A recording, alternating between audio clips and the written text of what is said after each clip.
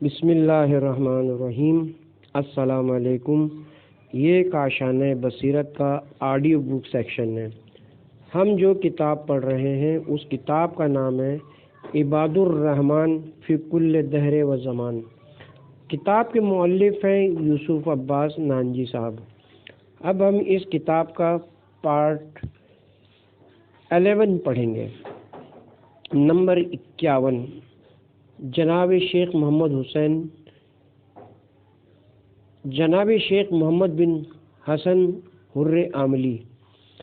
آپ کا مکمل اسم گرامی محمد بن حسن حر عاملی ہے۔ آپ جبل عامل میں، جو کہ فلسطین کا ایک شہر ہے، سن 1033 ہجری میں پیدا ہوئے۔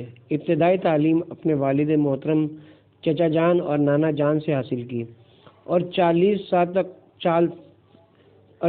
سال تک علوم عقلی و نقلی حاصل کرتے رہے۔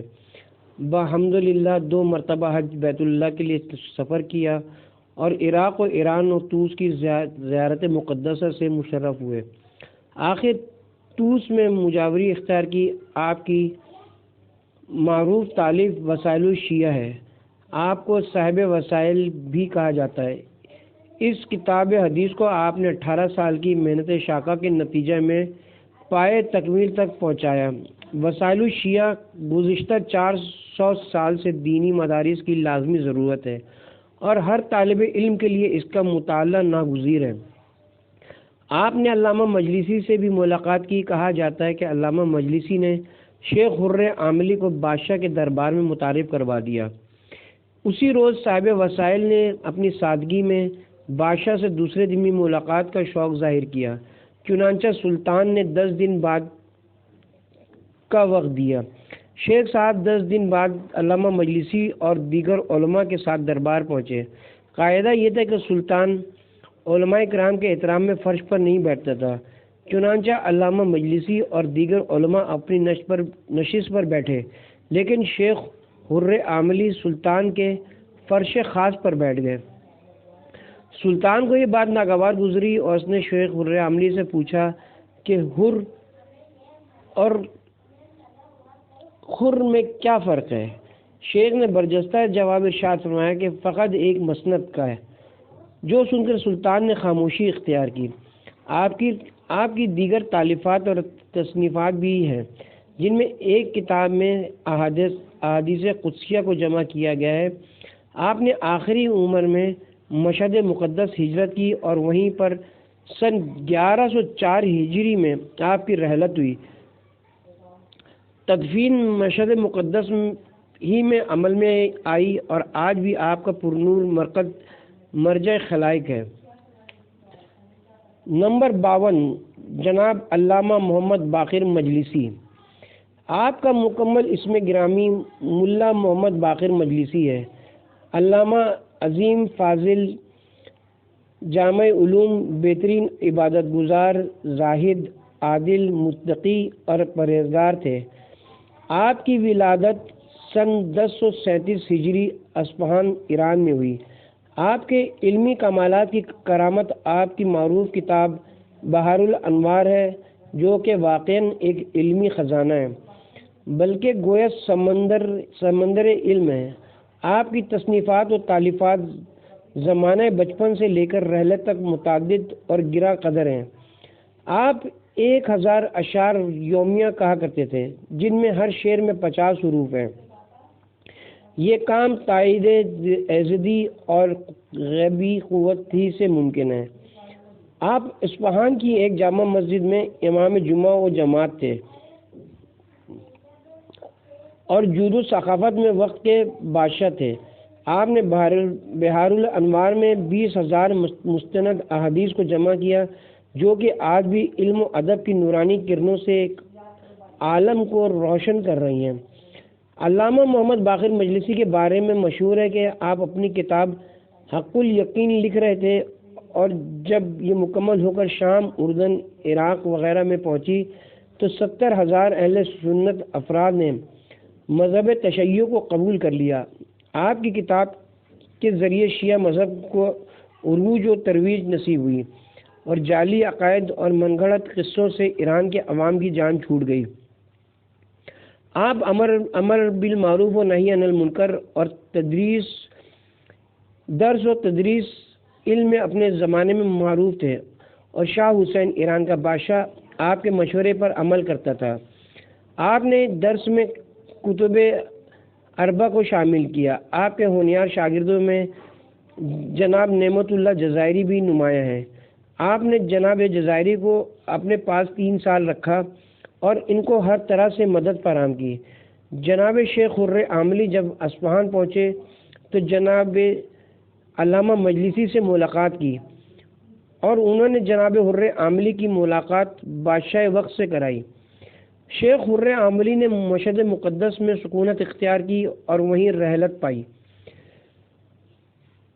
جناب علامہ مجلسی کے بارے میں بہت سی کرامات مشہور ہیں۔ آپ کے بارے میں مشہور ہے کہ آپ کو کپڑوں میں لپیٹ کر جناب صاحب الامر مہدی آخر الزماں علیہ السلام کے حضور میں لایا گیا، لیکن یہ بات پائے تحقیق کو نہیں پہنچی۔ دوسری کرامت یہ مشہور ہے کہ علماء جن آپ کی مجلس درس و تدریس میں شرکت کرتے تھے۔ آپ کے والد محترم جناب محمد تقی مجلسی بھی صاحب روحانی تھے، اور انہوں نے یہ بات طے کر دی تھی کہ باقر مجلسی کی والدہ ماجدہ انہیں کبھی حالت جنابت میں دودھ نہیں پلائیں گی۔ آپ کی ایک اور کرامت ہے جسے خود علامہ مجلسی نے لکھا کہ ایک شب جمعہ اپنی دعاؤں کو سرسری دیکھ رہا تھا کہ ایک ایسی دعا پر نظر پڑی جس میں الفاظ بہت کم اور معنی بہت گہرے تھے۔ میں نے دل میں فیصلہ کر لیا کہ آج رات یہی دعا پڑھوں گا، اور پھر میں نے وہ دعا پڑھی۔ اگلی شب جمعہ پھر میں نے وہی دعا پڑھی۔ اگلی شب جمعہ پھر میں نے چاہا کہ وہی دعا پڑھوں کہ اچانک گھر کی چھت سے میں نے ایک آواز سنی کہ اے فاضل و کامل انسان، ابھی تو کرامن کاتبین اس دعا کا ثواب لکھنے سے بھی فارغ نہیں ہوئے جو تم پہلے پڑھ چکے ہو، کہ اب تم دوبارہ اس کے پڑھنے کا ارادہ کر رہے ہو۔ وہ عجیب التاثیر دعا یہ ہے: عاشقوں کے دل کی بہار، رہبر انقلاب اسلامی ایران، مرد مجاہد، مجتہد اعظم سید روح اللہ حضرت امام خمینی بحر الانوار کے متعلق فرماتے ہیں: بحر الانوار جو محدث عالی قدر عالم بزرگوار علامہ مجلسی کی تالیف ہے، تقریباً 400 کتب و رسائل کا مجموعہ ہے۔ در حقیقت یہ ایک چھوٹا سا کتب خانہ ہے۔ علامہ مجلسی نے بہار میں ہر باب کو الگ الگ عنوانات دیے ہیں، پھر حدیث یا روایت کے عنوان کے مطابق قرآن کریم سے وہ آیات جو ان پر بطور دلیل پیش کی جا سکتی ہیں لکھیں، اور ان کی تفسیر بھی تحریر کی۔ نیز موقع محل اور اپنے زمانے کے حالات اور واقعات کے مطابق حکمہ، عرفا، فضلہ، علماء اور اہل دانش کی طرز فکر کو بھی پیش کیا، اور اقوال بھی تحریر کیے، اور ان پر جرح، بحث اور تحقیق بھی کی، اور پھر استدلال بھی قائم کیا۔ الغرض یہ سب کچھ ان سے پہلے کسی نے نہیں کیا، اور اس میں کوئی شک نہیں کہ یہ ایک بڑا زبردست کام ہوا۔ یہی وجہ ہے کہ آج بھی بحر الانوار کی علمیت، نورانی، روحانی، ادبی اور معنوی لذت اور اثر آفرینی میں کوئی کمی نہیں آئی۔ آپ کی وفات حضرت یاس آیات سن 1111 ہجری میں ہوئی، جیسا کہ آپ سب بخوبی واقف ہیں۔ لہذا حضرت امام حسین علیہ السلام، دیگر شہدائے کربلا علیہ السلام اور کربلا معلیٰ علامہ باقر مجلسی کے خاص الخاص موضوعات رہے ہیں۔ نمبر 53، جناب علامہ نعمت اللہ جزائری، کتاب قصص العلماء میں جناب محمد ننکا بنیز لکھتے ہیں کہ سید نعمت اللہ بن سید عبداللہ جزائری فاضل و عالم، دانا و ہوشیار، ادیب، بزرگوار، علی نسب، جن کو اللہ تعالیٰ نے وحدت ادراک سے نوازا تھا، ان کا بیٹا سید ولی اللہ فاضل علماء اور سید عبداللہ کا پوتا کامل ترین فضلاء میں سے تھے۔ اس بحر ذخائر عالم کے اخلاق اور اولاد سب کے سب ارباب کمال ہیں، اور لرستان میں اس خاندان میں اس وقت سے لے کر اب تک بزرگی کا انحصار ہے۔ آپ علوم عربی اور لغت کے ماہر، علم حدیث کے حامل تھے، اور آپ کا مسلک اخباری تھا۔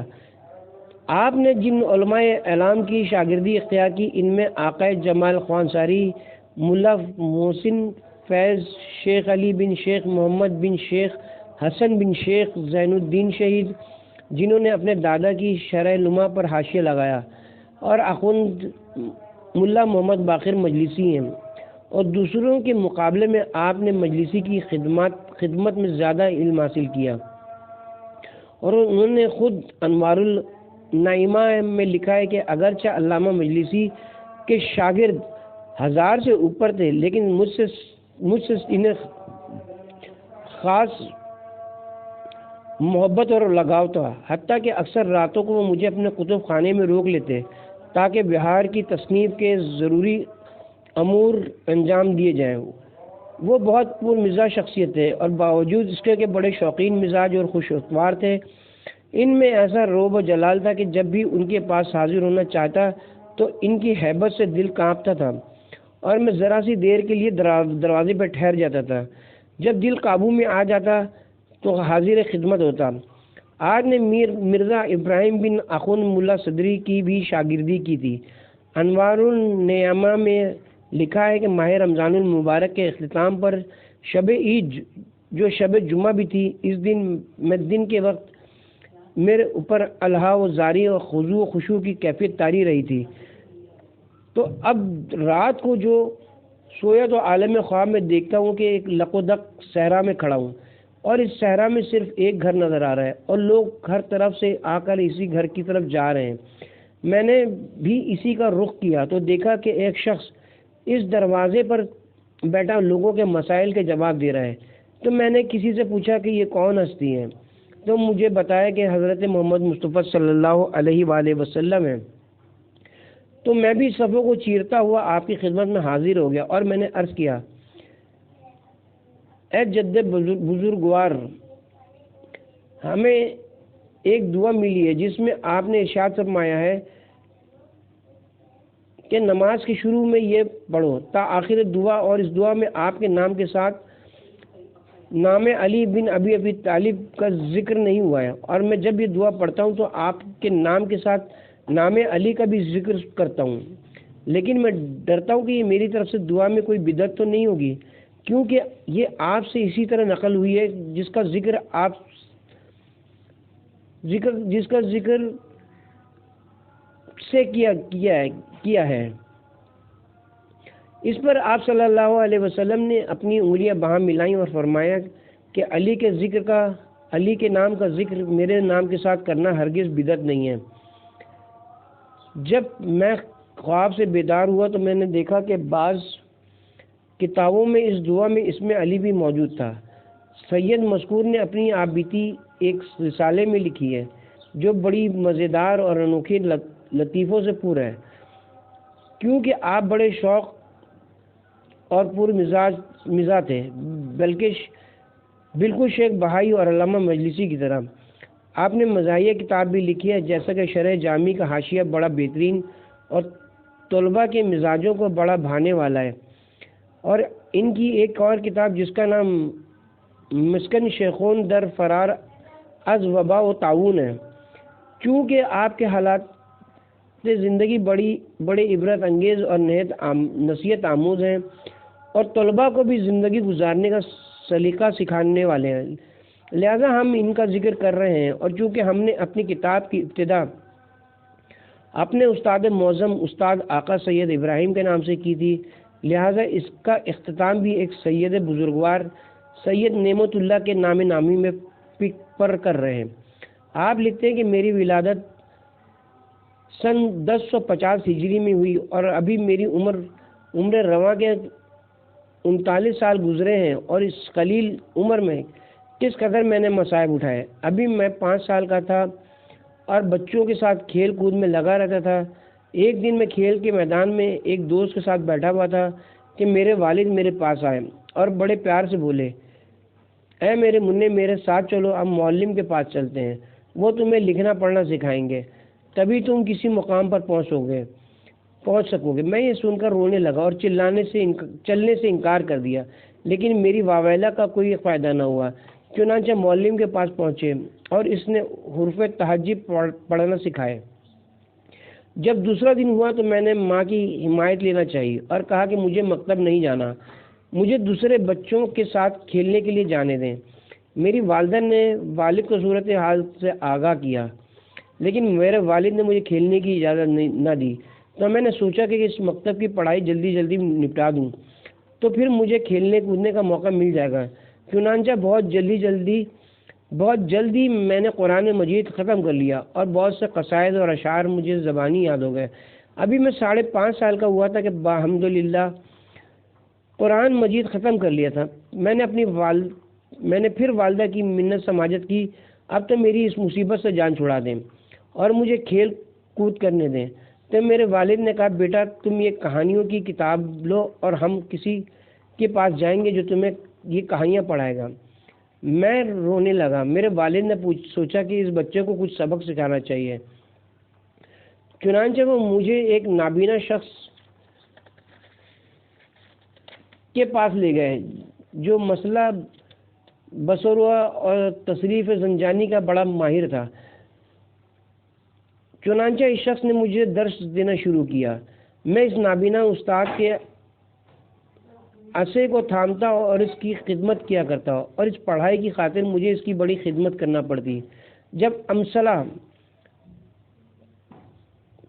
کہانیاں، کہاوتیں اور بصوریہ کی کتابیں ختم ہو گئیں اور تصریف پڑھنے کی باری آئی تو مجھے اپنے رشتہ داروں میں سے ایک سید صاحب کے پاس بھیجا گیا جو تصریف زنجانی اور قافیہ کے بڑے ماہر تھے۔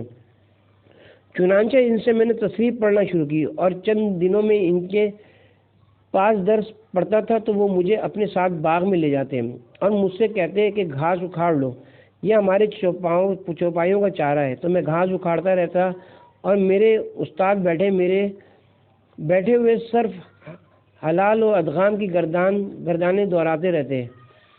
پھر اس ساری گھاس پھوس کا میں ایک بڑا گٹھر بنا لیتا اور سر پر رکھ کر ان کے گھر لے جاتا۔ انہوں نے مجھے تاکید کر دی تھی کہ خبردار یہ گھاس اکھڑنے والی بات اپنے کسی رشتہ دار کو نہ بتانا۔ خدا کر کے یہ گھاس کا کام ختم ہوا اور ریشم کے کیڑوں کا زمانہ آ گیا تو شہتوت کے پتوں کے گڈھے باندھ کے سر پر رکھ کے لے جانے لگا۔ نتیجہ یہ ہوا کہ میرے سر کے بال اڑ گئے اور میں گنجا ہو گیا۔ میرے والد جو میرا یہ حال دیکھا تو پوچھا کہ یہ تمہارے سر کے بالوں کو کیا ہوا، گنجے کیسے ہو گئے؟ میں نے عرض کیا مجھے نہیں پتا، تو انہوں نے میرا علاج کروایا اور پھر میرے سر پر بال اگائے۔ تصریف زنجانی سے فراغت ہوئی تو قافیہ پڑھنے کی باری آئی۔ میں ایک گاؤں گیا اور وہاں ایک فاضل شخص سے قافیہ پڑھی۔ ایک دن میں مسجد میں بیٹھا تھا کہ ایک شخص سفید براق کپڑے پہنے بڑا سا امامہ سر پر رکھے کہ امامہ کیا ایک چھوٹا سا گنبد معلوم ہوتا تھا، ایک عالم کی حیت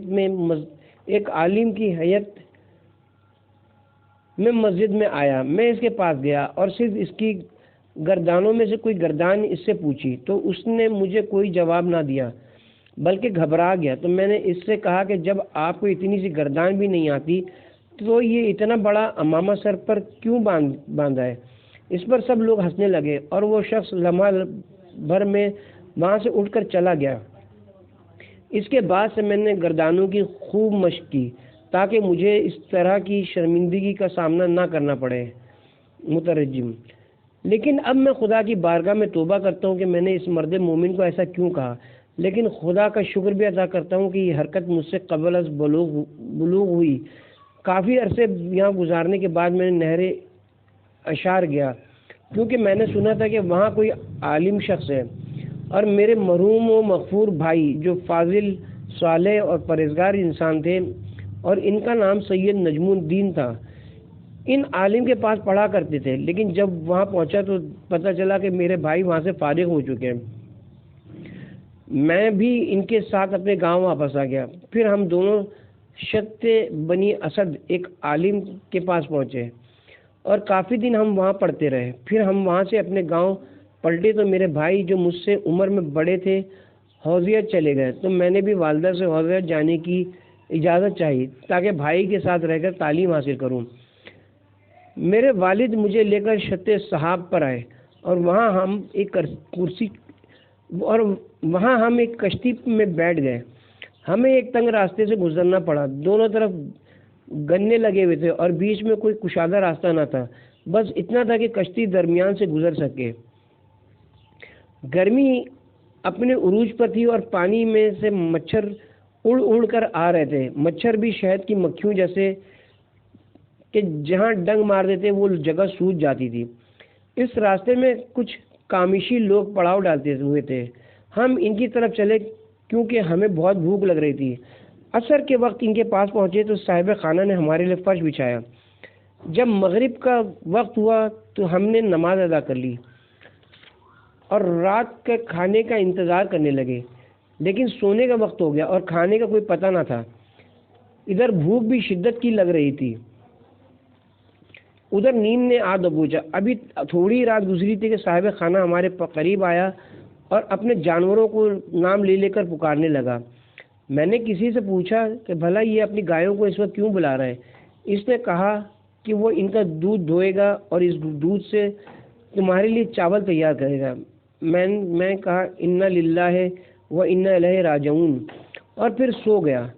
صبح کا وقت قریب تھا تو ایک بڑا سا پیالہ آیا اور ہمیں جگایا گیا۔ میں نے جو دیکھا تو اس پیالے میں چاول کے کوئی آثار دکھائی نہ دیے۔ ہم نے کونیوں تک اپنے ہاتھ اس پیالے میں ڈبو دیے اور دودھ پی لیا۔ نتیجہ یہ ہوا کہ بھوک اور چمک اٹھی۔ ہاں ایک بات ہے، اس پیالے کی تہ میں ایسا لگا کہ شاید چاول کے کچھ دانے موجود ہیں۔ غرض طلوع آفتاب کے بعد ہم کشتی پر سوار ہو گئے اور حوضہ پہنچ گئے۔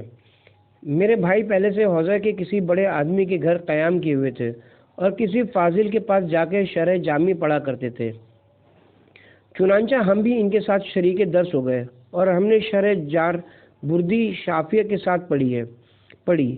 یہ استاد بھی ہم سے بڑی خدمت لیا کرتے تھے۔ ان کا نام شیخ حسن تھا۔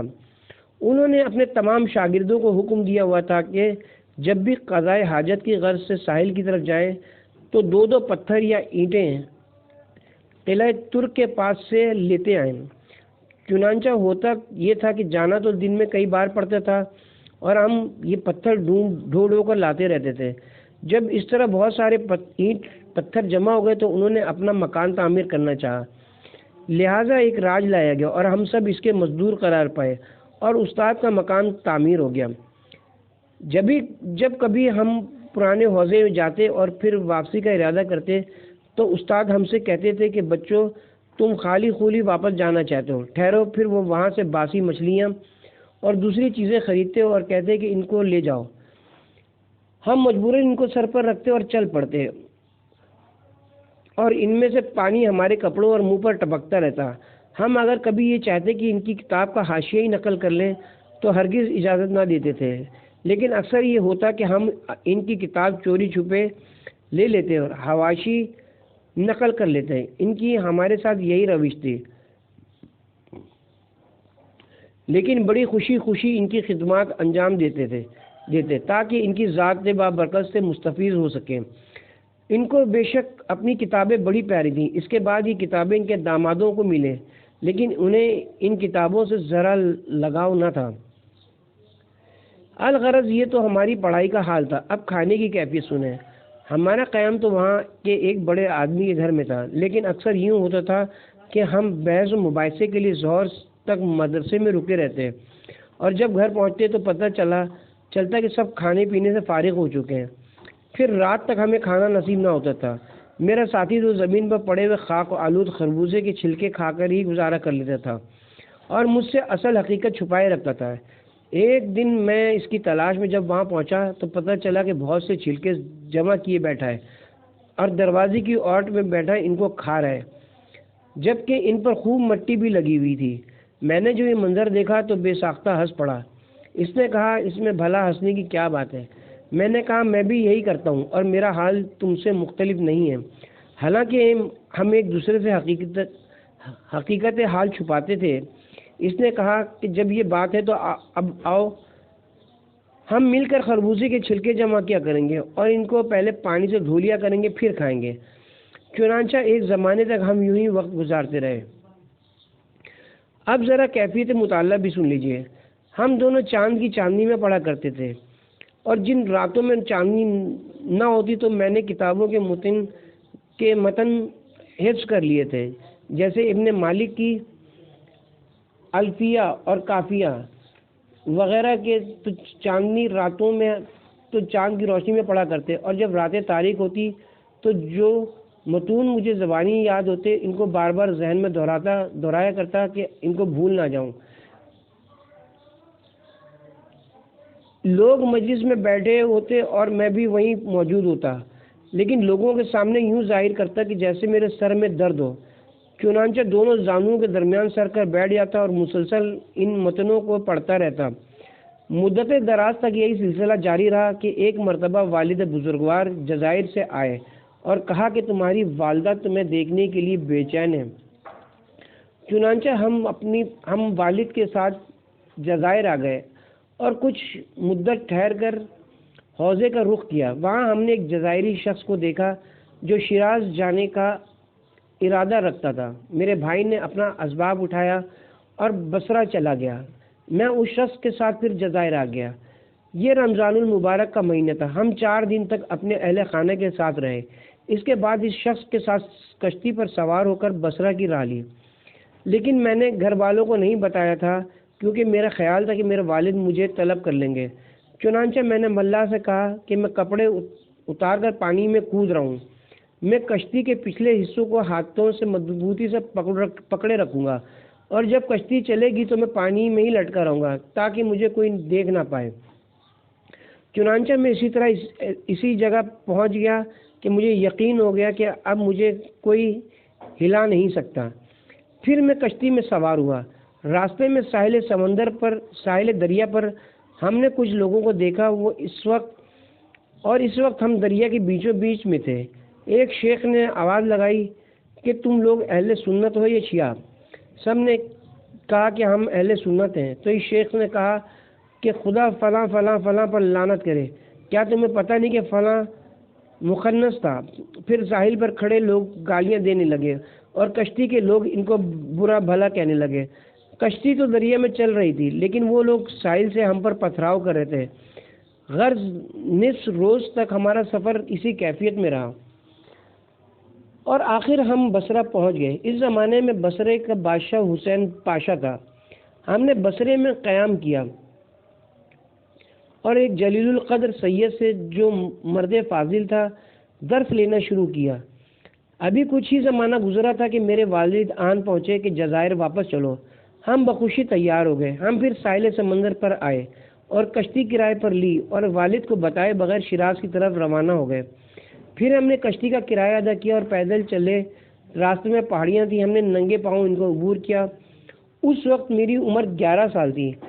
ہم صبح کی نماز کے وقت شیراز پہنچے اور اس شیخ کے ساتھ جو ہمارے ساتھ تھا اس کے گھر پہنچے، لیکن اس کا گھر مدرسہ منصوریہ سے کافی فاصلے پر واقع تھا اور ہماری خواہش یہ تھی کہ ہم مدرسے میں قیام کریں کیونکہ وہاں ہمارے بعض اقارب بھی تھے۔ تو شیخ نے کہا کہ تم یہ راستہ پکڑو اور یہ کہتے جاؤ کہ ہم مدرسہ منصوریہ جانا چاہتے ہیں اور ہم فارسی نہیں جانتے ہیں۔ ہم چل پڑے اور ہم نے اس جملے کو 2 حصوں میں بانٹ دیا، ایک ٹکڑا ایک کہتا اور دوسرا ٹکڑا دوسرا۔ چنانچہ جو بھی راستے میں دکھائی دیتا ہم سے پہلے ایک بولتا مدرسہ منصوریہ، پھر دوسرا کہتا جانا چاہتے ہیں۔ اس طرح جیسے تیسے ہم مدرسے پہنچ گئے۔ میں تو وہاں چوکھٹ پر ہی بیٹھ گیا اور میرا بھائی مدرسے میں اندر چلا گیا۔ طالب علموں میں سے جو بھی باہر نکلتا وہ مجھے دیکھتا تو تھکن کے آثار چہرے پر دیکھ کر ہمدردی کا اظہار کرتا۔ آخر جب ایک ہمدرد ہمیں مل گیا تو پھر ہم اس کے کمرے میں جا بیٹھے۔ دوسرے دن ایک بحرانی فاضل شخص سے ہماری ملاقات ہوئی جو ابن مالک کی الفیہ کا درس دیتے تھے۔ ہم نے ان کو سلام کیا، انہوں نے ہمیں بیٹھنے کو کہا اور جب درس سے فارغ ہوئے تو ہمارا حال چال پوچھا۔ ہم نے اپنی ساری کہانی سنائی۔ وہ اپنی جگہ سے اٹھے اور ستون مسجد کے پیچھے لے جا کر میرے کان کو پکڑ کر زور سے موڑا اور کہا، بچے، ہرگز اپنے آپ کو شیخ عرب مت سمجھو اور بڑائی نہ مارو اور اپنا وقت ضائع نہ کرو۔ اگر تم میری نصیحت پر عمل کرو گے تبھی ایک فاضل شخص بن سکو گے۔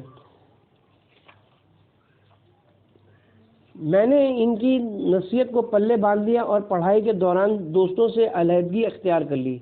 پھر وہ ہمارے ساتھ مدرسے کے محتمین کے ساتھ پاس آئے۔ انہوں نے بڑا مختصر سا وظیفہ ہمارے لیے طے کر دیا جو کسی عنوان بھی ہمارے لیے کافی نہ تھا۔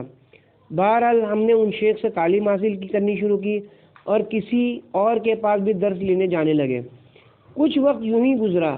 آخر میرے دوست اور بھائی نے کہا کہ بہتر یہ ہے کہ ہم جزائر کی طرف لوٹ چلیں کیونکہ عرصہ حیات ہم پر تنگ ہوتا جا رہا ہے۔ میں نے کہا کہ میں اجرت پر کتابت کرنا شروع کر دیتا ہوں جس سے میں اپنا گزارا کر لوں گا اور کاغذ اور دوسری اشیاء مہیا کروں گا۔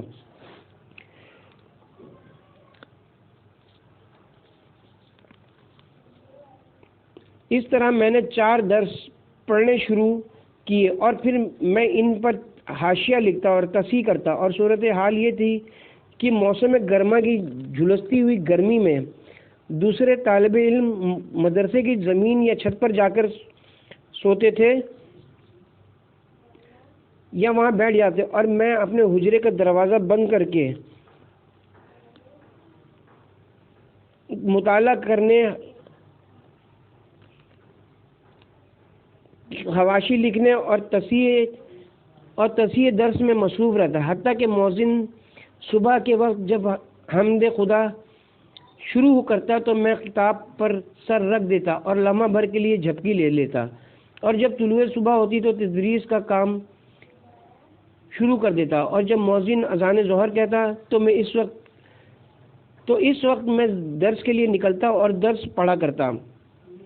کبھی کبھار یوں ہوتا کہ روٹی کا کوئی ٹکڑا نان بھائی کی دکان سے مل جاتا تو راستہ چلتے چلتے اسے توڑ توڑ کر کھاتا رہتا، لیکن اکثر مجھے روٹی نصیب نہ ہوتی تھی اور رات سر پر آ جاتی تھی، اور اکثر جب رات ہوتی تو میں شک میں پڑ جاتا کہ میں نے روٹی کھائی ہے یا نہیں، اور جب اچھی طرح غور کرتا تو مجھے معلوم ہوتا میں نے کچھ کھایا بھی نہیں ہے۔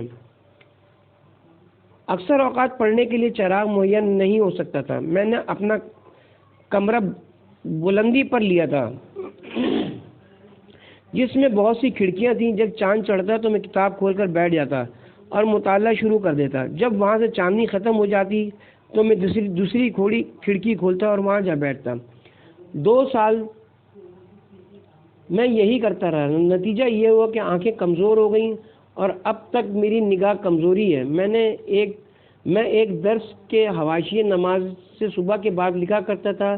سردی کی شدت سے میرے ہاتھ پھٹ جاتے اور ان سے خون رسنے لگتا تھا، لیکن میں اس طرح توجہ نہ ہوتا تھا، حتیٰ کہ 3 سال یوں ہی گزر گئے۔